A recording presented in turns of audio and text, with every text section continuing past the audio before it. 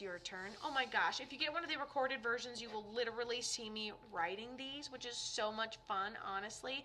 Okay, so we have Jessica talking to Michael. My heart starts to pitter patter. I feel like I've waited such a long time to like talk to you. I kind of feel like oh God, what do we do now? This person tells me he passes before his time. He goes down all at once. We didn't get a chance to say goodbye because he passes in a tragic way. I feel like we get a phone call or we just weren't necessarily expecting. However, this, we weren't expecting this person to exit stage left of our life, Let me write the date here. I do need to bring in another female that's coming through. Let me know if this resonates so far for Michael. I'm just putting a brief pause on that to bring in this female, but you do have a excuse me, you do have an older female on the other side who passes in a medical way and has a hard time walking toward the end. Glasses, gives me grandma vibes, okay? And that would be a primary guardian angel for you. So I do want to write her down, give her some respect of being noticed today. Love her, okay? Now back to Michael. He goes like this, he pinches my nose, and he makes me feel like it was very difficult breathing toward the end of his life. He goes, Kato, it kind of came over me. It was a cross between bubbling up and coming over me. And he said he goes down all at once. He says there's not a lot of reaction time. And Jessica, if you get filtered, please feel free to respond to Kayla's comments. That could help you. Wow, this is definitely more intense than I thought it was going to be. And let's say someone says it's one thing here, but I'm not necessarily convinced. I think there are two. Like, I look at this arrow and I'm like, there are two distinct sides to whatever ended up happening. We also have to remember that we could be overstimulating her, because not only is she only looking for Michael, hoping that it's real, we are bringing in this other lady on the other side. So it can be a little overstimulating sometimes, as you could imagine. Yes, I'm here and I was just listening. I'm sorry. No, absolutely. Like, I totally understand that. Okay, so, and let me know if you need, she's like, valid, right? She's like, I'm just taking it in, Okay, so I get a couple extra things, Jessica. If you need me to repeat anything, I'm so happy to. So Michael passes before his time.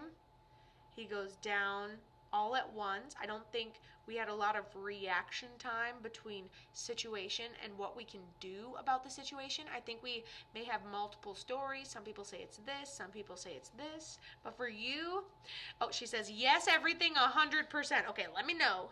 Let me know a little bit. But it's tragic because we didn't expect it to happen. We just kind of got notified and we're left with some questions and multiple stories. He plugs my nose and it makes me feel as if he was noticing like a restriction in oxygen.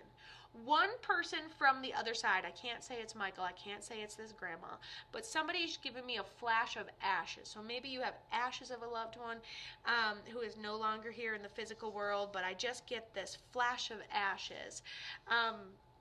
Okay, and then your grandma passed down jewelry. I'm assuming it's your grandma, but this lady on the other side. There is a situation with his ashes. Interesting, because you can't see this right here, but let me show you how when I'm sitting here talking about his ashes, I did write them closer to his name. So how did he pass? And I would love to know the situation with his ashes. I'd love to clarify, because it sounds like we've got a really good connection. Sounds like we've got him on the line. Absolutely no problem. So he came for answers. And I just get the word selfish, like for no reason, like wanting to, you want to make it all about you and cry over all of it. You know what I'm saying? And it's just not even that way. So it was actually a tragic car accident, which explains probably why you feel like you didn't get to say goodbye, explains the tragic element to it as well, how quickly it happened. Wow. Okay. Would love to know what that situation is. Or wait. Yeah, situation with his ashes. And then I keep feeling like there's multiple stories as to what happened toward the end. So honestly, really, whatever you feel comfortable with sharing in front of everybody, we would absolutely love to know. And don't make me and don't make it seem like I'm rushing you. I just also have to kind of fill in the gaps while you're doing all your responding. So don't worry, we're definitely on the same page. But I absolutely love this person for you. He also tells me he passes before his time, so he doesn't seem too much of an age difference in y'all. So I'm wondering who he is to you too. I'm comfortable. I want answers. I loved him more than anything. I love this, and I would love to know who he is to you, because remember how when he first got on here, his heart started beating. I'm like, oh, I feel like it's been a minute since you guys talked, and if you're kind of anticipating and you don't really know what to say to each other at first, and it's been a minute, and I love this. Would love to know what answers you want, because I feel like while we take responsibility for the situation and from 18 to 23, I love this. And you guys were engaged, and I love that too, and why his heart was skipping a beat, and I love it. I don't know if he was with somebody, but let's say we are either with somebody or in a crowded area, and either the survivor or the witness switches the story up a little bit. So he almost makes me feel like, oh, he blah, blah, blah, blah, blah, blah, blah. So the whole thing is around is around what he did wrong. But something makes me feel like the difference in stories, because he can't, like, defend himself. So, of course it was that guy. What are you going to do about it, Would love to know.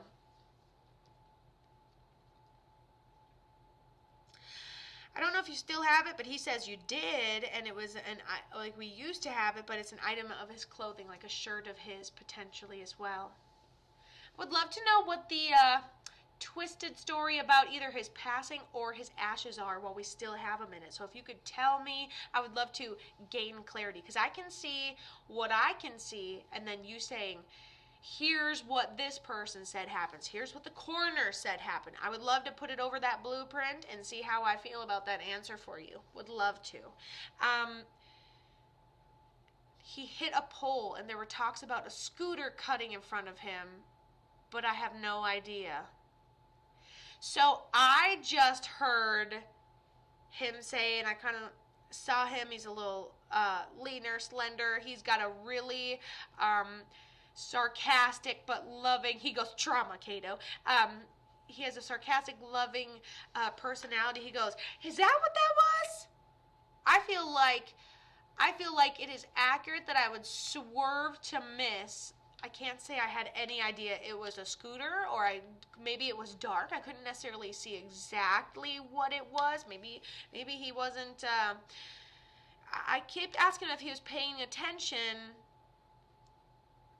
There's either a inattentiveness, a sleepiness behind the wheel, or some sort of influence going on here.